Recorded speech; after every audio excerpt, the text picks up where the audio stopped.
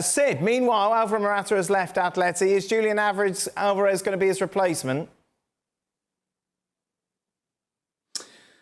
I think in a way that's a question more for you guys from a Manchester City point of view than from an Atletico Madrid point of view, because let's stop you there then, Sid. Let me just go to Nedum then. Nedum, do you think City will let Alvarez go?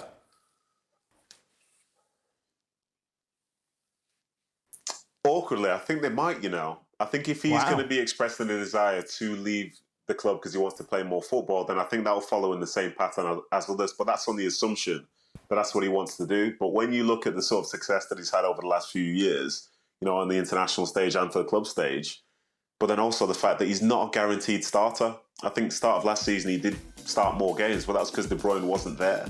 But as soon as De Bruyne came back in, before you know it, that's a lot of games. But in the second half of the season, there were a lot of substitute appearances as well from last season. So I wouldn't be surprised if he's sort of itching a little bit to start more. Maybe he wants some more assurances.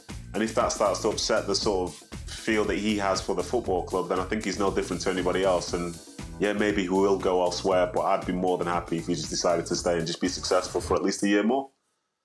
Sorry for interrupting you, Sid. No, you're not. You've been very disrespectful to Sid. No, I just meant now we can go down. It was your mate. Now he can't just go, I don't know if Manchester City wanted to let him go. Now we know. Nedum says he's definitely for sale. No, and I do think that's the starting point. I think the starting point is what City's position on this is.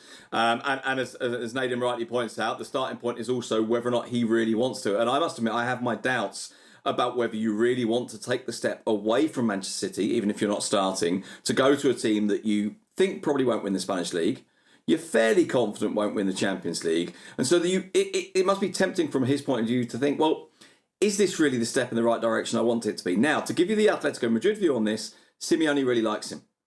And Simeone does see him as the kind of player that can play that role for Atletico Madrid, to give them a little bit more mobility, to stretch the opposition a little bit more, to allow players to arrive into the area from either side of him, and that suits them. Another point here, though, is that Atletico Madrid don't have a huge amount of money to play with. And so I must admit, I think when you bundle all of these things together, I think you come up with a situation which you think, well, it wouldn't be a huge surprise if he ended up at Atletico Madrid, but to be honest, it would be a surprise. What would you do?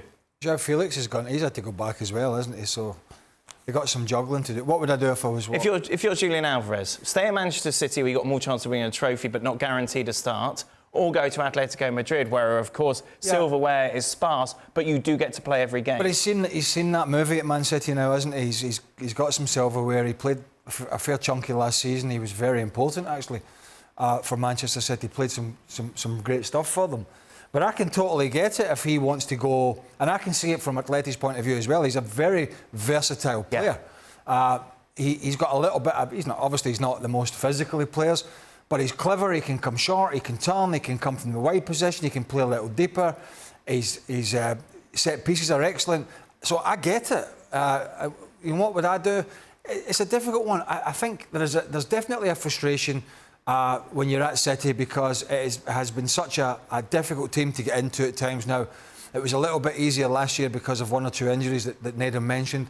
But they're going to try and go again. And from a player's perspective, you want to be playing once or twice a week, and you want to know you're playing, you want to know that you're one of the first names on the team sheet. And Julian Alvarez, he isn't that player at Manchester City. Would he be at Atleti? I think he would. Get people like Correa and others there who are very lively and busy, but I think he's a better quality than that. So, yeah, I get it from both perspectives, but I can understand if a player wants to go and play, even if it means the chances of success are diminished. But it's not that he's not going to be fighting at the top of the league, or they're not going to be in the Champions League. They are.